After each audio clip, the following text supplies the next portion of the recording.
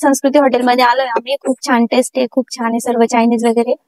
मला खूप आवडती टेस्ट आणि मी कायम इथंच येते. तुम्ही पण या.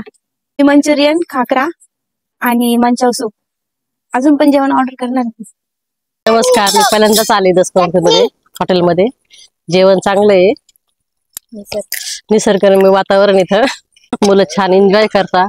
मला पण आवडलं.